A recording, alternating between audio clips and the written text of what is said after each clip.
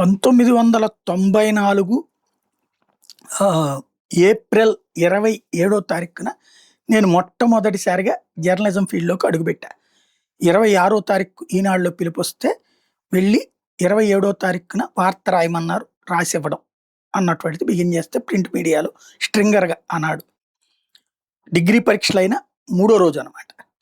Degree BCom పరీక్షలు రాసేసిన మూడో రోజున. అక్కడ పరీక్షల్లో సెలెక్ట్ అయిందా ఇది అక్కడ వాళ్ళు పిలిచినటువంటి టెస్ట్‌లో సెలెక్ట్ అయ్యాక అక్కడ కొత్తపేట అనే ఒక డేట్ లైన్‌తో నా జర్నలిజం వృత్తి అన్నటువంటిది ప్రారంభమైంది. ఆ తర్వాతన ఒకే స్ట్రింగర్‌కి అంటే పార్ట్ టైమర్‌ని స్ట్రింగర్ అంటారన్నమాట. Part time reporter.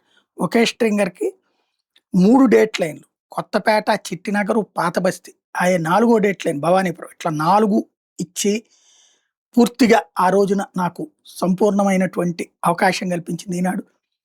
ఒక చక్కటి ఆర్థిక పరిస్థితి అంటే మనం కాలేజీ నుంచి రాగానే సంపాదించేటటువంటి ఒక అవకాశం అని కాదు అక్కడ. సమాజానికి మనం ఏదైనా చెయ్యడం అనేటటువంటి దానికి సంబంధించిన ఒక పునాది పడింది అక్కడే. దానికి తగినటువంటి గౌరవ వేతనాలు మాత్రమే. ఎందుకంటే జీతాలంటే భారీగా రావు. బాగా కష్టపడితే ఇంతొస్తుంది. ఆ వచ్చిన దాంతో సర్దుకోవడం ఎట్లా అన్నటువంటిది ఆల్రెడీ మనం పేదరికపు కుటుంబాల నుంచి వచ్చినోళ్ళం కాబట్టి ప్రాబ్లమ్ లేదు.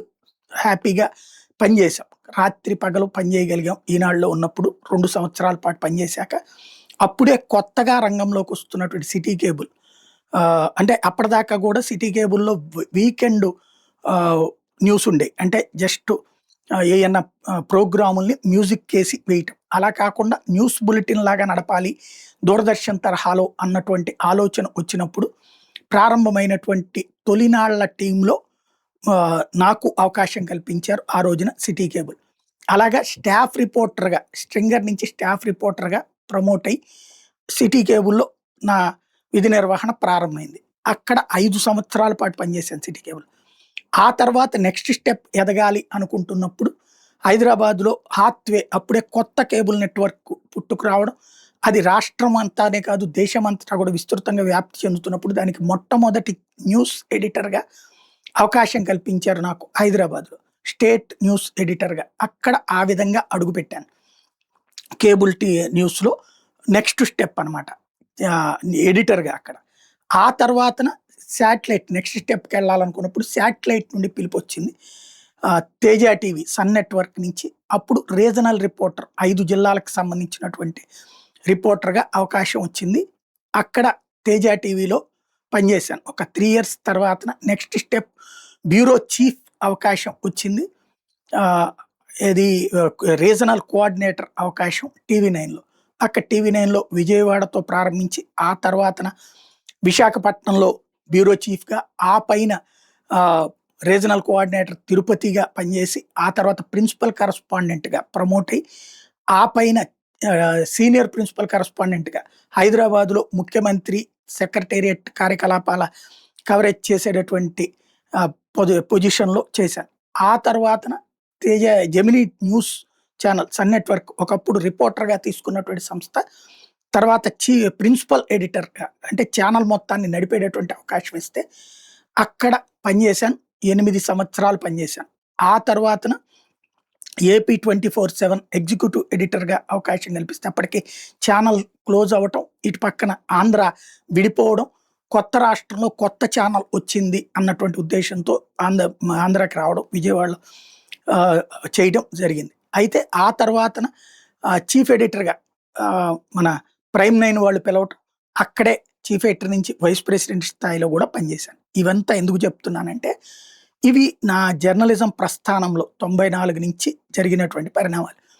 వీటన్నిటిలో సమాజంతో నాకున్నటువంటి ఇంటరాక్షన్, సమాజంలో నేను అన్ని ప్రదేశాలు ఓ రకంగా చెప్పాలంటే ఉమ్మడి తెలుగు రాష్ట్రంలో 2 రాష్ట్రాలు ఇప్పుడు ఉమ్మడి ఆంధ్రప్రదేశ్‌లోని అన్ని ప్రాంతాలు తిరగగలిగా నా వృత్తిపరమైనటువంటి దాంట్లో. గ్రౌండ్ లెవెల్ నుంచి పై స్థాయి దాకా అన్ని పదవుల్ని అనుభవించాను. స్ట్రింగర్ అనేటటువంటిది జర్నలిజం ఫీల్డ్‌లో ప్రైమరీ ఉద్యోగం. అక్కడి నుంచి చీఫ్ ఎడిటరు, వైస్ ప్రెసిడెంట్ స్థాయి వరకు విధులు నిర్వర్తించాను. ఆ తర్వాతన జర్నలిజం వ్యవస్థ ఒకవైపుకి వెళ్ళిపోతోంది అనుకుంటున్నటువంటి సందర్భంలో ప్రజల నుంచి మనం దూరం అవుతాం. ఎందుకంటే ఇన్ని సంవత్సరాలు మన అనుభవాల్ని తీసుకెళ్ళి ఏదో ఒక పార్టీకి తాకట్టు పెట్టుకునే పరిస్థితి కాకుండా, మనదంటూ మన అభిప్రాయం ఎవరి విషయంలోనైనా మంచేంటి, చెడేంటి అని మాట్లాడేదే జర్నలిజం. సమాజానికి ఎంతో కొంత ఇదేదో సమాజ సేవకులు ఉద్ధరిస్తున్నామని చెప్పను. ఎంతో కొంత సమాజం మీద ప్రభావం చూపెట్టగలిగేటటువంటి ఒక శక్తివంతమైనటువంటి పరిస్థితులు మారిపోతున్నాయి. బానిసత్వం వైపుకి వెళ్ళిపోతున్నప్పుడు, ఒక ప్లాట్‌ఫార్మ్ కావాలి అనుకుంటున్నప్పుడు యూట్యూబ్ నెట్‌వర్క్ అన్నటువంటిది సజెస్ట్ చేయడం మా కొలీగ్ శేఖర్. అక్కడి నుంచి ప్రారంభించినటువంటి నా ప్రస్థానంలో జెమినీ న్యూస్‌లో చేస్తున్నప్పుడే యూట్యూబ్ స్టార్ట్ చేసాం స్టార్టింగ్‌లో.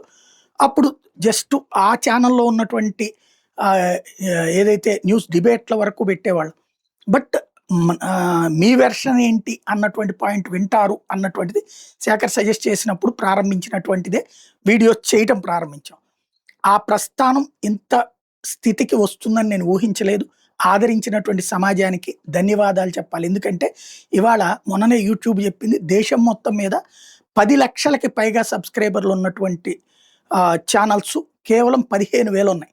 దేశవ్యాప్తంగా కోట్ల కొద్ది యూట్యూబ్ ఛానల్స్‌లో 10 లక్షలకి పైబడినటువంటి సబ్స్క్రైబర్లు ఉన్న ఛానళ్ళు కేవలం 15,000 మాత్రమే. అందులో కూడా ఎంటర్‌టైన్‌మెంటు లేకపోతే గనక న్యూస్ ఛానల్స్‌కి సంబంధించినటువంటి యూట్యూబ్ నెట్‌వర్క్‌లు వేరు. ఇండివిడ్యువల్‌గా నడిపేటటువంటి న్యూస్‌ని డిపెండ్ చేసుకొని నడిపేవాళ్ళు అతి పరిమితంగానే ఉన్నారు. అలాంటప్పుడు ప్రజలు ఎంతవరకు ఆదరిస్తారో అన్నటువంటి నా భయాన్ని, సంశయాన్ని తొలగిస్తూ ఈ రోజున ఒక రకంగా చెప్పాలంటే గత 7, 8 ఏళ్లుగా ఈ సమాజం నాకు ఫుడ్ పెడుతోందని చెప్పాలి.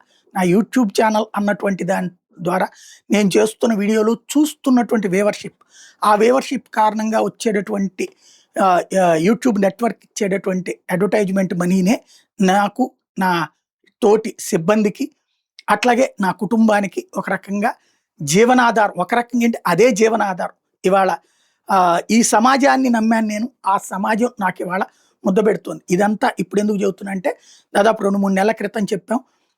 నెల క్రితమో, 2 నెలల క్రితం అనుకుంటా. ఏది 10 లక్షల సబ్స్క్రైబర్స్ చేరారు అన్నటువంటిది. అయితే ఇప్పుడు ఓవరాల్‌గా నాకున్నటువంటి 4 ఛానల్ జర్నలిస్ట్ సాయి, అట్లాగే జర్నలిస్ట్ సాయి 2.0, అట్లాగే జేఎస్ టుడే, అట్లాగే ది ట్రూత్. ఈ 4 ఛానల్స్ కలిపితే 15 లక్షల దాకా సబ్స్క్రైబర్స్ ఉన్నారు. ఉట్టి ప్రధానమైనటువంటి జర్నలిస్ట్ సాయి ఛానల్‌కి వచ్చేటప్పటికి 10 లక్షలు దాటింది. ఇప్పుడు 10,20,000 సబ్స్క్రైబర్లు అయ్యారు. ఈ సందర్భంగా మొదట 1,00,000 సబ్స్క్రైబర్లు అయినప్పుడు ఇచ్చేటటువంటి సిల్వర్ బటన్ ఎప్పుడో తీసుకున్నాం.